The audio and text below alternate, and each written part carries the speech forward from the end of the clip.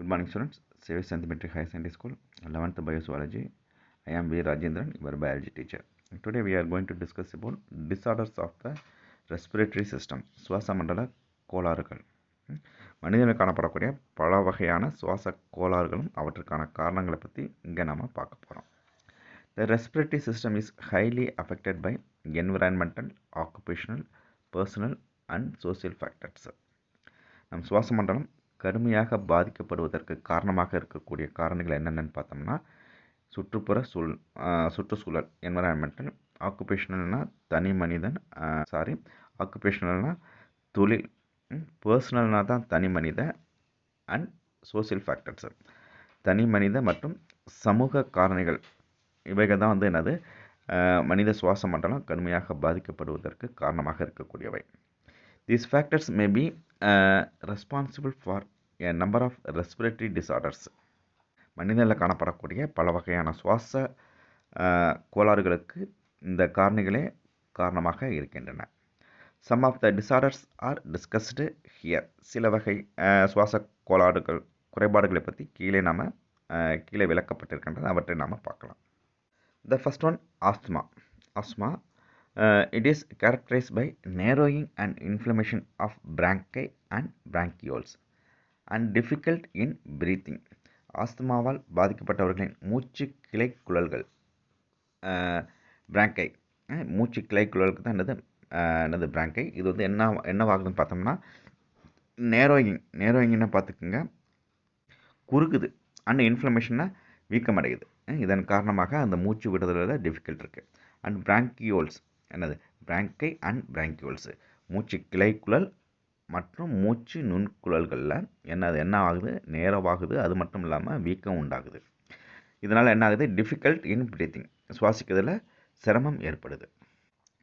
Common allergens for asthma are dust, drugs, pollen grains, certain food items like fish, prawn and certain fruits etc. இந்த common allergens பொதுவாக இந்த ஆஸ்மாவை ஏற்படுத்தக்கூடிய ஒவ்வாமை ஊக்கிகள். Asthma allergens means ஒவ்வாமை ஊக்கிகள். அது என்னென்னு பார்த்தோம்னா பொதுவாக காணப்படக்கூடிய அந்த ஒவ்வாமை என்னென்ன இருக்குன்னு பார்த்தோம்னா ட்ரக்ஸு, டஸ்ட்டுன்னா என்ன சொல்லுவோம் நம்ம, தூசு.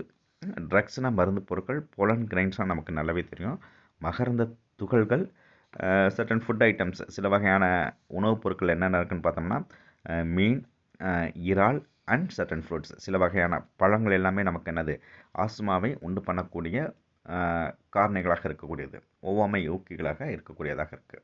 த second one, emphysema is chronic breathlessness caused by gradual breakdown of the thin walls of alveoli, decreasing the total surface area of gaseous exchange.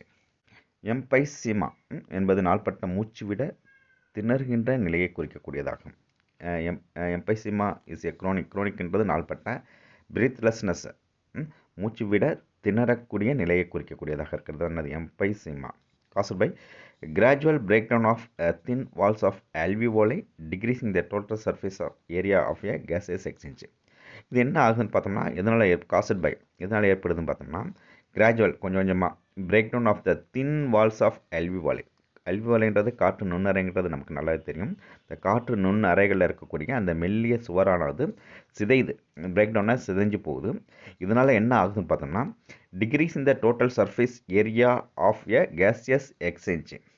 இதனால் என்ன ஆகுதுன்னு பார்த்தோம்னா வாயு பரிமாற்றத்திற்கான சுவாச பரப்பு குறையுது. Decreasing total surface area of the gases exchange, வாயு பரிமாற்றத்திற்கான சுவாச பரப்பு குறையதுனால இந்த நோய் ஏற்படுது. That is widening of the alveoli is called எம்பசிமா.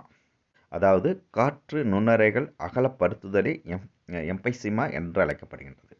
The major cause for this disease is cigarette smoking, which reduces the respiratory surface of the alveolar walls. இந்நோய்க்கான முக்கிய காரணம் புகைப்பிடித்தலாகும். இப்பழக்கம் காற்று நுண்ணறைகளின் சுவர்களின் சுவாச பரப்பை குறைத்து விடுகின்றன. இதன் மூலமாக எம்பைசிமா ஏற்படுகின்றது.